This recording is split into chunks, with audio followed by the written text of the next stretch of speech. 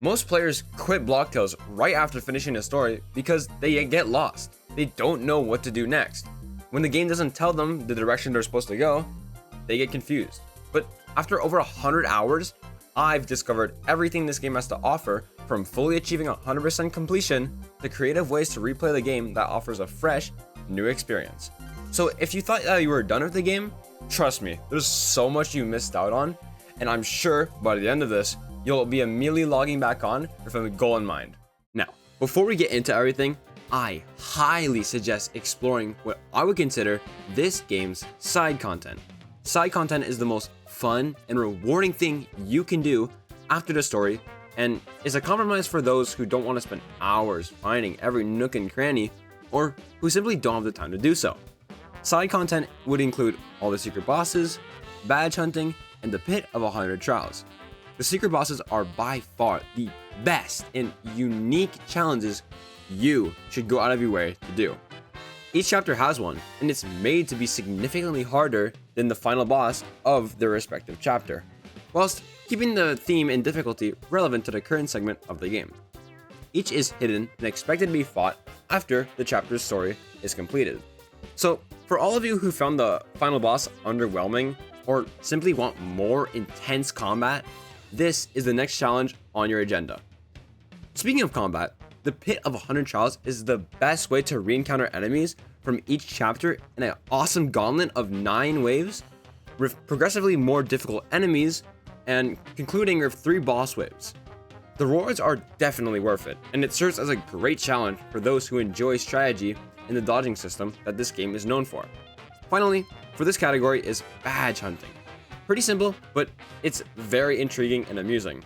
It forces you to reflect on past locations and scenarios where a certain badge could apply or be hidden at.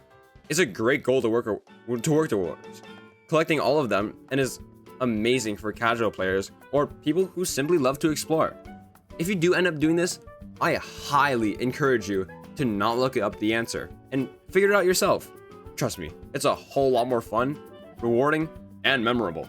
Alright, with the core content out of the way, now it's time to dive into what I call extra content. This is for all you completionists watching who are trying to fully 100% Block Tales, and this game gives you so much more things to do than you might realize.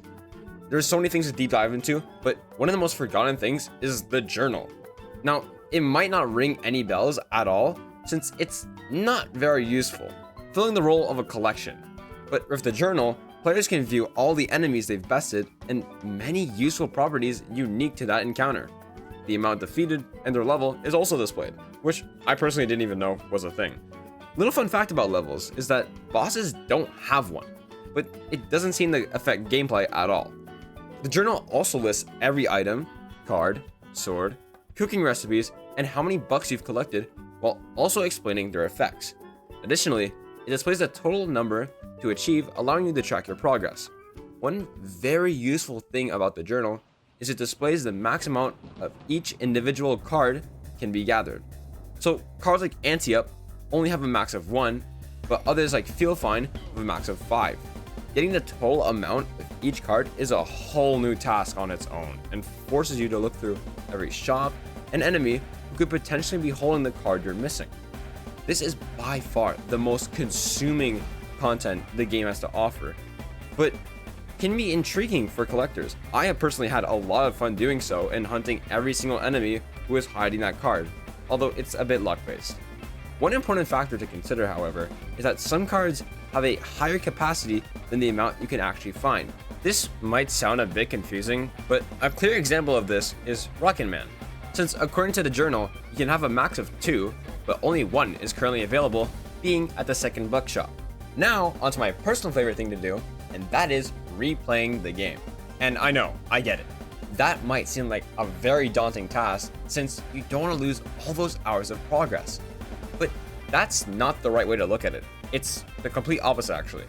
Instead, challenge yourself with these new playthroughs. Don't do the same thing twice. There are so many tools at our disposal to make the game harder, even enabling you to create your own intense runs. There's so much freedom in this game, and the possibilities really are endless. Hard mode is the most obvious and simple one, as a straight 2 times damage multiplier and half guarding window already demands skill, but if you want to take it a step further, cards like Gusto and Thick Skull alone make for a quite unique experience. Combining them is also an option if you're feeling crazy. If you don't want a difficult challenge, there's nothing wrong with that. So many casual yet engaging runs are always available. Limiting yourself to only using one type of weapon, maybe no items, maybe no RNG, or maybe even just NRG. Even just playing with a loadout or playstyle you would have otherwise avoided are just a few of the many possibilities. And this is a big one. This is the one I recommend you do the most, and that's playing the game with friends. That is the most memorable and fun thing you can have in Block Tales. Seriously, the amount of creativity you have with this game is through the roof. If you have an intriguing idea, don't hesitate. Give it a try. Additionally, with the rewrite, many NPCs, aspects of the story, and little details were completely changed or altered entirely. So why not give it a go and witness the changes for yourself? And while you're at it, take the time to really appreciate the beauty of all this game has to offer. So yeah, that is what I would consider as the star content in Block Tales, and the most enjoyable parts of this massive experience that I'm sure you glossed over completely. If I was able to guide you back into this wonderful RPG, then I've done my job, and I couldn't be any happier. But even if nothing sticks with you by the end of all of it, I want you to listen to one thing and at least remember this: freedom. Freedom has no limit, and there's no limit to your creativity, and I encourage you heavily to look for what brings you happiness, and maybe even spread that to the others in the community so we can all enjoy Block Tales to the fullest. Okay, I'm certain that I missed something, and please, let me know if I did. I don't want to miss any creative and interesting content either.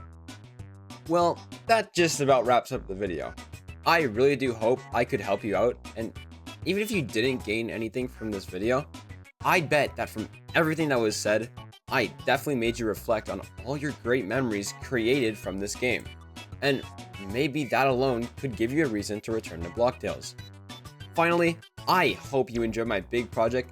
I put so much effort into this video, and hopefully it lived up to what I hyped it up to be. Oh, and before I go, thank you so much for 200 subscribers. This video was initially going to be a 100 subscriber special, but your unbelievable support for my last upload alone has me in disbelief, and I have all of you to thank for that. I promise to continue making genuine, amusing content for all of you. Alright, I'm done talking now. See you next time, and have a great day.